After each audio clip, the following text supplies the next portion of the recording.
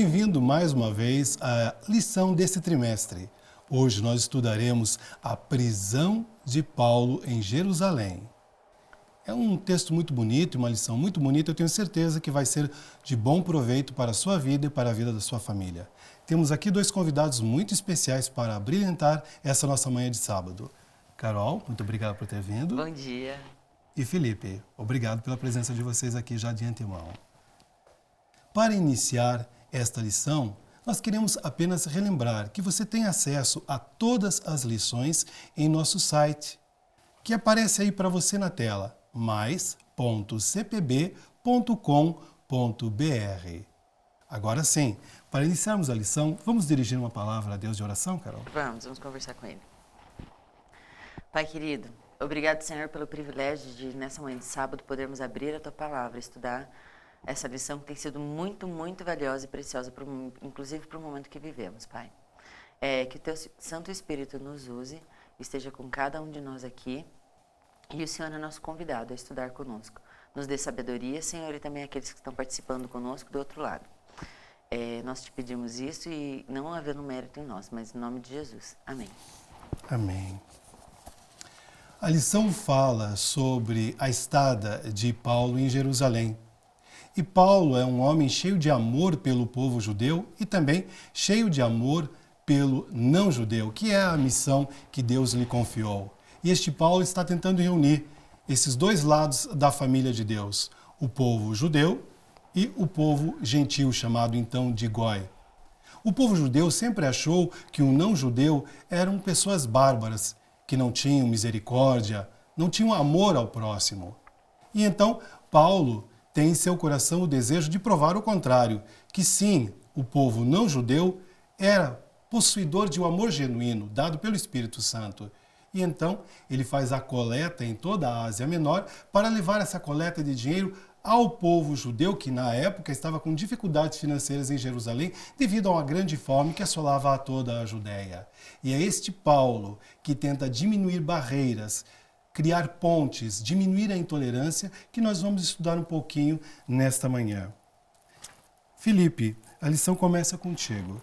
É interessante que Paulo, ao ir para Jerusalém, ele vai ter com Tiago. O que acontece nesse encontro?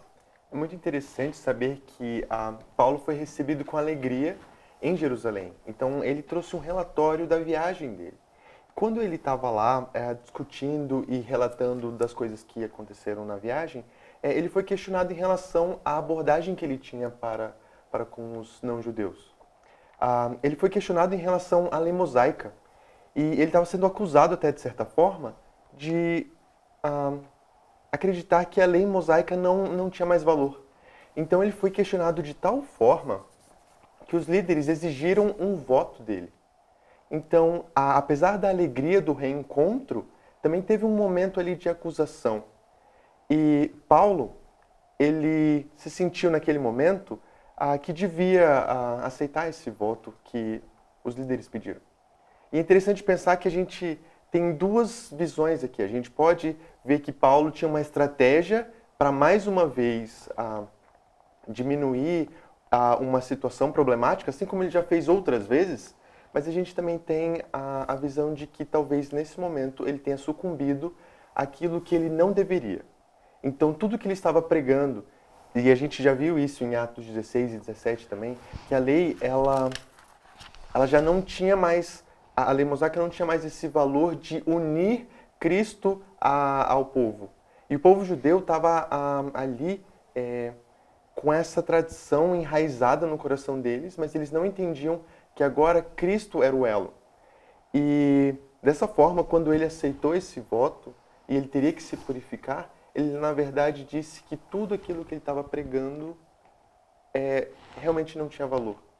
Então, na verdade, ele reafirmou aquilo que os judeus estavam pregando. E eles foram contra aquilo que o Concílio de Jerusalém já tinha dito.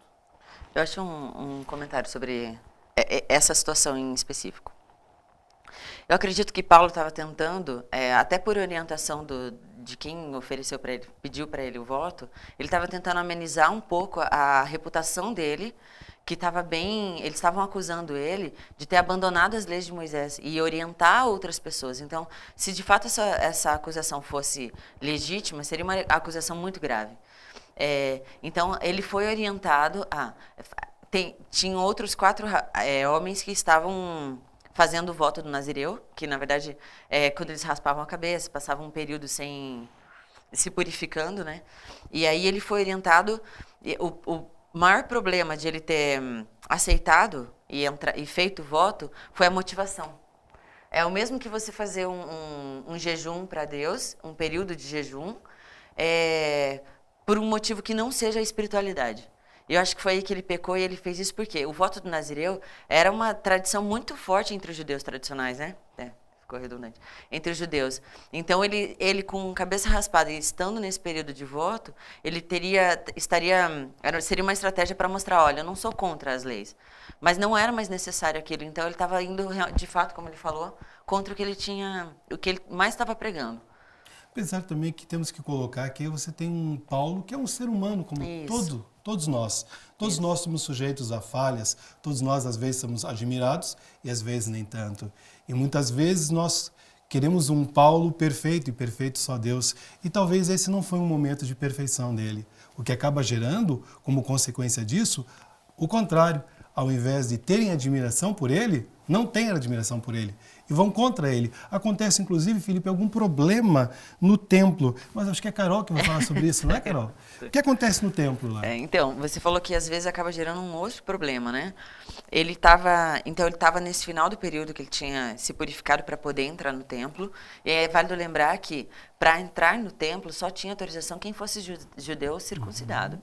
Né? E o Paulo tinha ido para essa viagem em Jerusalém com o Prófimo. E o Prófimo, ele era um gentil cristão. Ele tinha acabado de se converter ao cristianismo, né? E então ele não tinha autorização para entrar no templo. E de fato ele não estava. Aí Paulo, que estava purificado e que era um judeu de Tarso, ele entrou no templo e aí começou um alvoroço, porque na verdade Paulo já estava com uma reputação ruim e já estavam querendo pegar ele de alguma forma. Eu penso que Paulo, essa situação que a gente estudou sobre o domingo, eu acho que foi uma tentativa dele de amenizar. Ele já tinha sido apedrejado até a morte.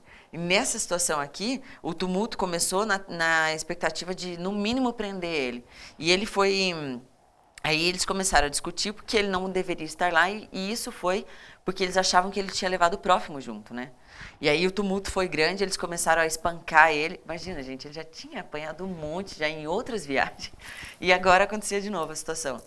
E o que mais me impressiona é ele não perder o foco em momento algum, sabe? De ele passar por tudo isso e... No fim, os romanos decidiram prender ele porque senão ele seria morto, né? Mas falando do tumulto, o que eu acho impressionante disso e que fica de lição para a segunda, que eu acho que é importante a gente estudar a história e ver o que a gente pode trazer. Até que ponto uma fofoca ou então alguma acusação de alguém não toma uma proporção. Às vezes alguém que falou algo que não era verídico sobre o outro, deu um mau testemunho sobre o outro, e aquilo foi crescendo, e que proporção aquilo pode tomar, sabe? É muito perigoso, às vezes, a gente espalhar uma história ou a gente se deixar envolver e julgar alguém sem, de fato, saber o que acontecia. Isso acontecia com Paulo direto. Ele sempre era acusado por algo que não era legítimo, né? É verdade, Carol. Isso, na verdade, é uma construção de vida, porque um testemunho, mais um testemunho, mais um testemunho, cria um cenário que as pessoas têm de nós, não é? Então, quando, de repente, você criou uma imagem, essa imagem pode não ser positiva, ou pode ser mal entendida, e ela continua emitindo sinais de não ser bem entendida, vai acontecer uma situação pública em que uma multidão vai tentar contra aquele que de alguma maneira criou uma imagem que não foi positiva. Então a nossa responsabilidade é muito grande. Nós representamos ao povo de Deus, nós representamos a Deus e nós representamos a nós mesmos.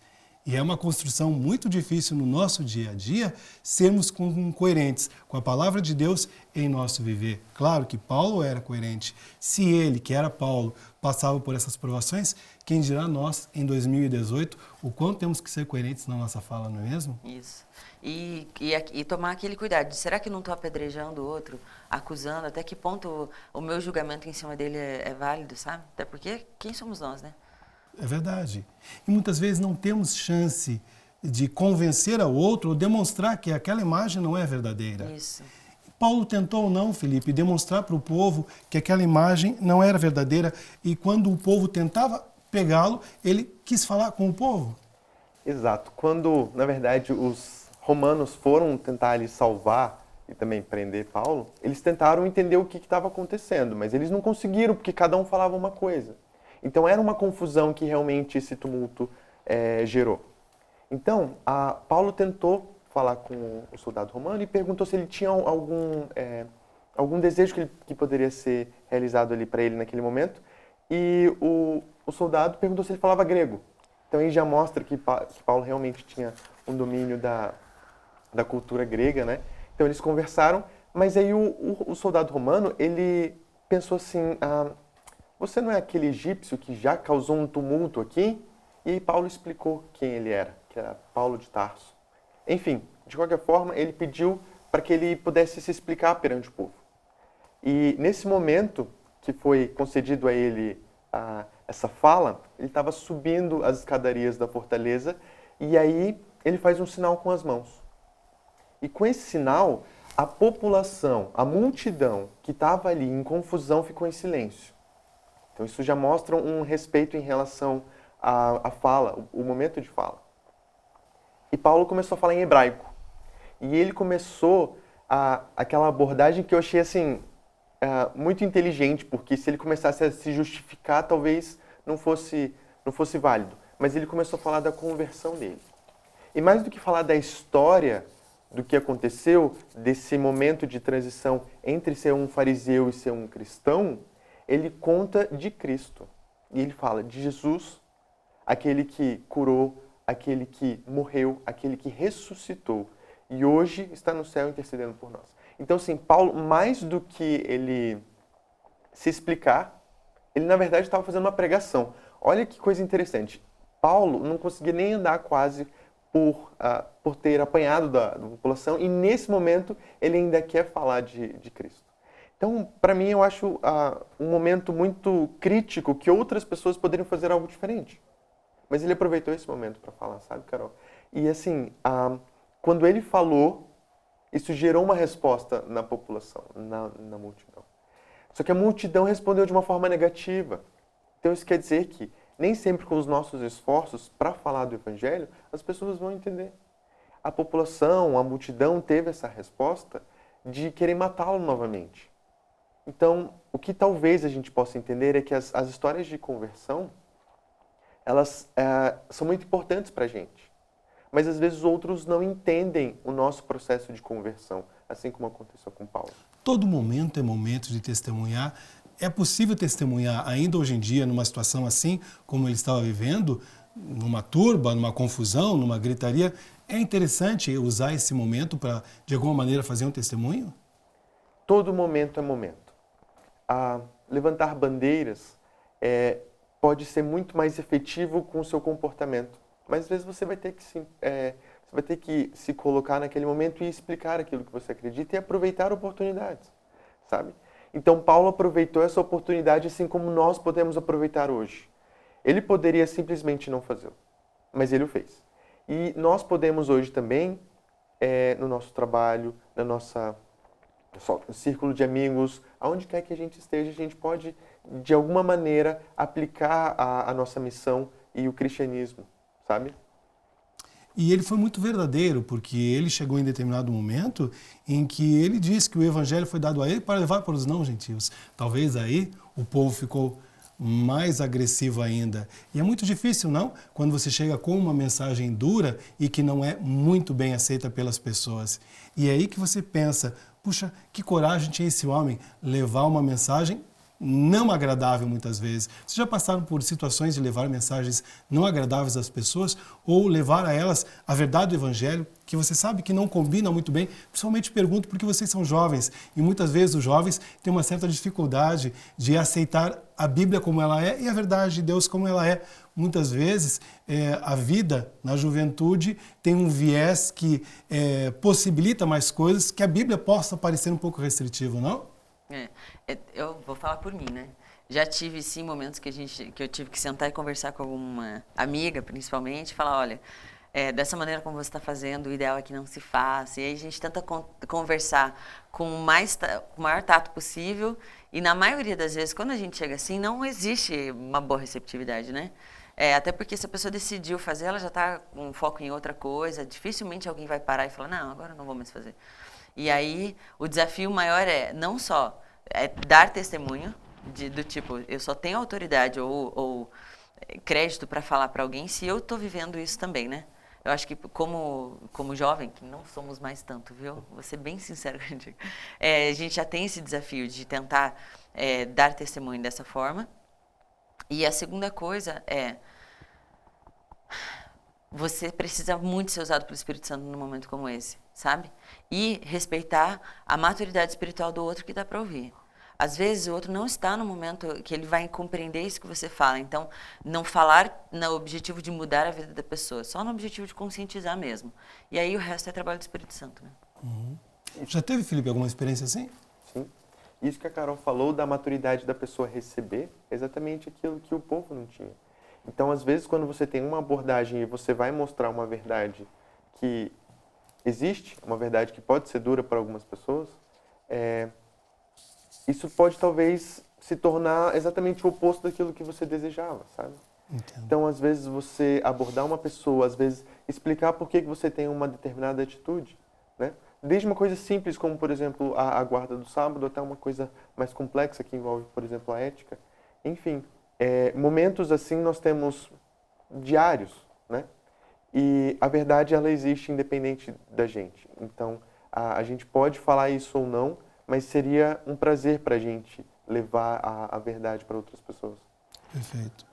A lição continua mencionando que as autoridades ficaram preocupadas com o bem-estar de Paulo, porque a multidão, enfurecida, queria realmente maltratá-lo, bater e até mesmo eliminá-lo. Seria o ideal para eles e, segundo os preceitos dele, ele estava ali na qualidade de herege. Então, ele deveria ser punido por isso. E ele, então, é retirado. E ele é levado, então, para as autoridades no Sinédrio. E o que acontece lá, então? E lá ele é bem aceito? Ele é ouvido ou não? Mais uma vez, ele não é bem aceito.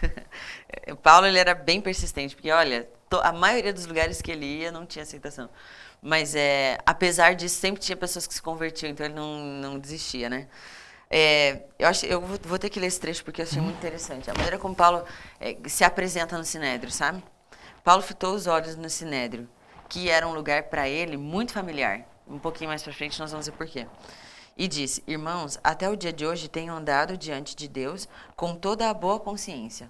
Então, mas o sumo sacerdote Ananias mandou os que estavam junto dele que o ferissem na boca.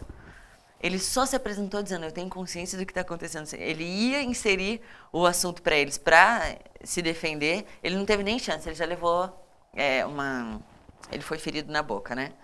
E aí ele fala assim: escuta, mas Deus te deu autoridade para você me julgar perante a lei, e como que a lei te ampara a fazer isso comigo, né? Paulo, ele era muito conhecedor da lei. E o sumo sacerdote, daí, é que assim, eu acho que eles já estavam todos tendenciosos a maltratar ele de alguma forma, sabe? Porque ele falou isso, ele deu um argumento extremamente racional. Você tem autoridade para me julgar conforme a lei, e você não está usando a lei para me julgar. E aí o que os outros que estavam juntos falaram, os sacerdotes? Você está falando mal do sumo sacerdote. Então, assim, ele não tinha por onde sair, assim, era muito complicado. Me perdi. Tá. É interessante dizer que depois da bofetada que ele levou, ele foi bem enfático em dizer que você é um hipócrita, Ananias. Falou para Ananias. Exatamente. E ele fez uma referência àquilo que Jesus já tinha falado dos fariseus. Então, assim, ele disse: você será punido por causa disso. Isso. Porque Paulo levava uma verdade. Paulo era um arauto da verdade. E o Sinédrio ali não estava cooperando com isso. Então, eles ainda eram judeus e não judeus cristãos, e eles ainda se apegavam a essas leis e não aceitavam Jesus como o Messias. Mas eu queria fazer mais uma provocação a vocês.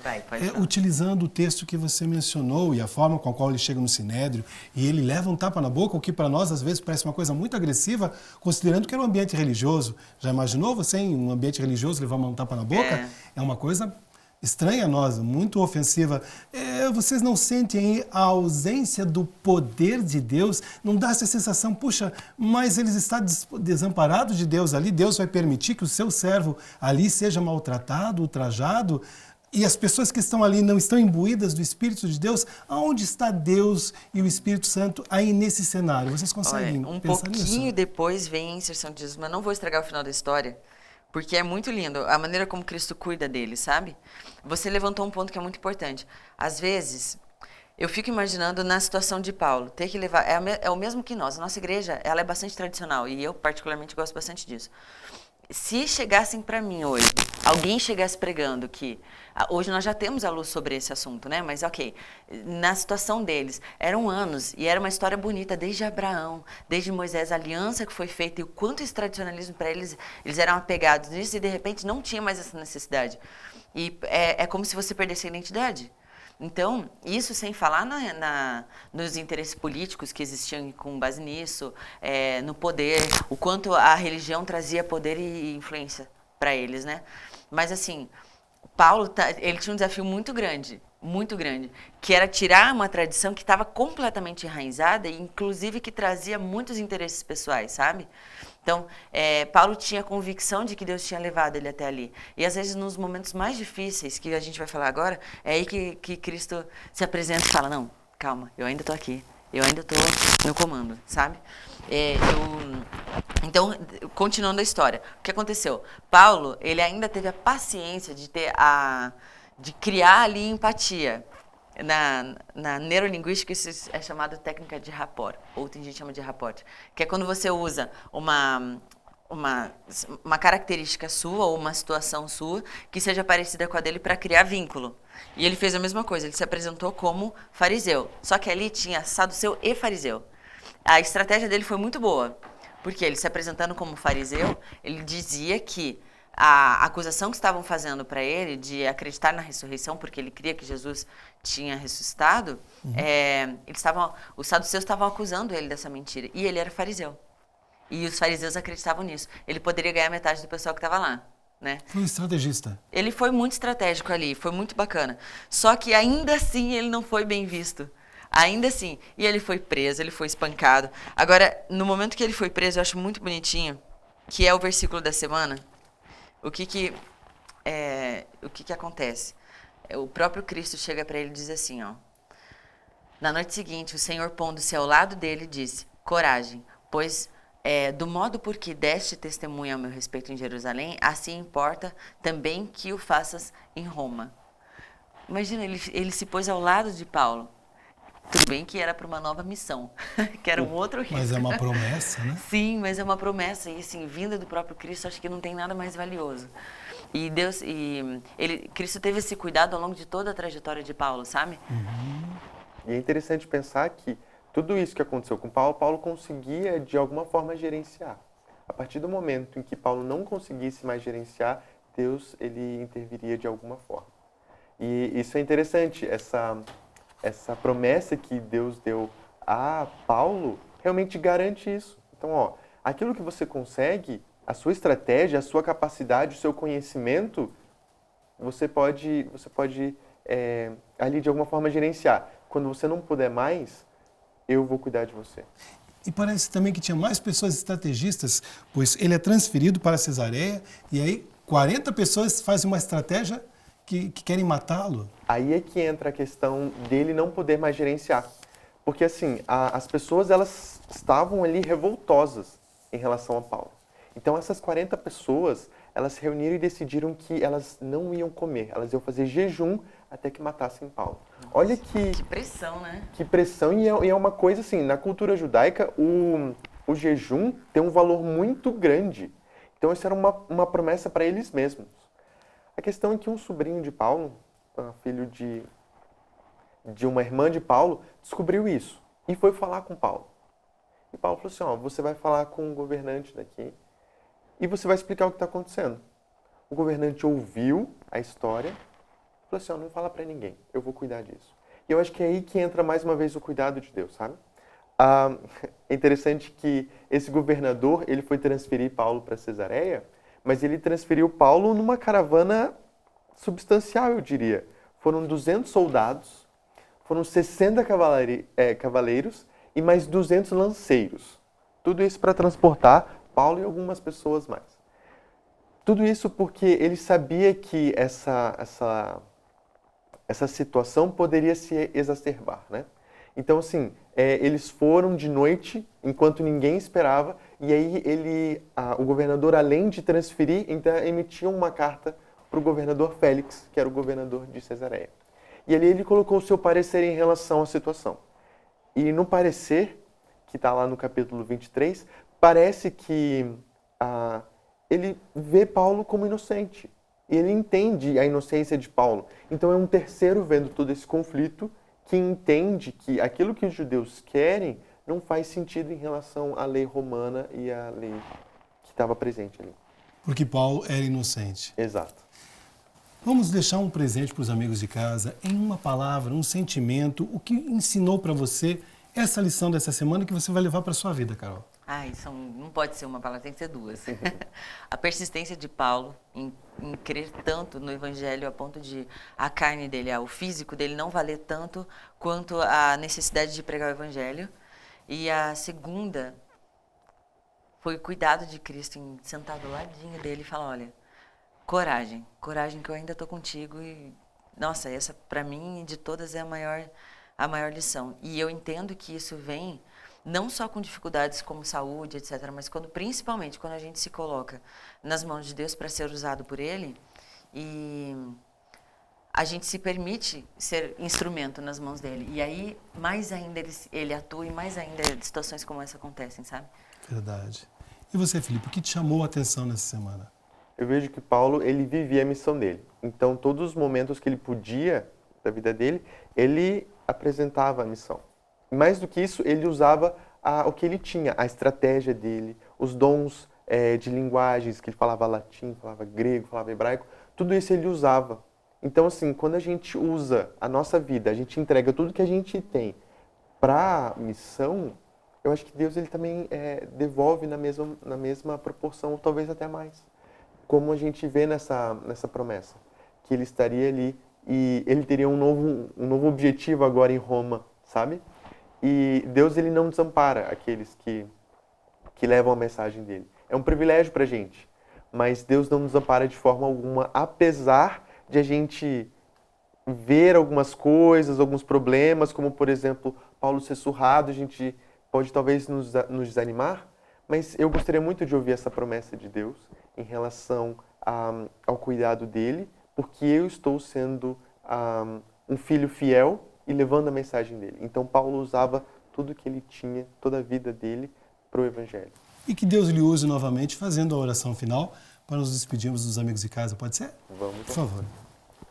Senhor, meu Deus, muito obrigado por este momento, que nós entendemos que existe uma missão e nós devemos usar cada oportunidade para falar de Ti. Muito obrigado por esse entendimento. Obrigado também porque temos a certeza de que estás conosco e nos guiará a toda a missão que tivermos, assim como Paulo.